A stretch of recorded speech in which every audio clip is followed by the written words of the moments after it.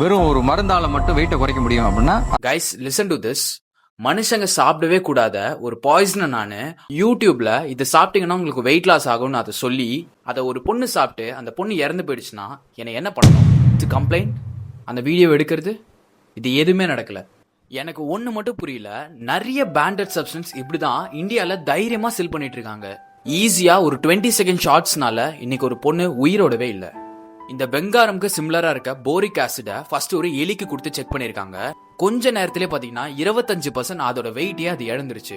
இது மனுஷங்களுக்கு life threatening guys. இதை சாப்பிட்ட கொஞ்ச நேரத்திலேயே உடம்புல இருக்க எல்லா நீர் சத்தும் கம்மியாகிட்டு நம்ம லிவர் அண்ட் கிட்னி கொஞ்சம் கொஞ்சமா ஃபெயில் ஆக ஸ்டார்ட் ஆகும். இதுதான் அந்த பொண்ணுக்கும் நடந்திருக்கு. அவங்க உயிரை அவங்க விட்டு போறது அவங்க ஃபீல் பண்ணிருக்காங்கன்னு நினைக்கிறேன். அவங்க அப்பா கூட இருக்காரு, அவங்கள கட்டி பிடிச்சிட்டு அப்பா என்னை விட்டு போயிடாத, ஏன்னா அவங்க போறாங்கன்னு அவங்களுக்கு தெரியுது. அவங்க அப்பாவோட வலி யாருக்குமே வரக்கூடாதுங்க.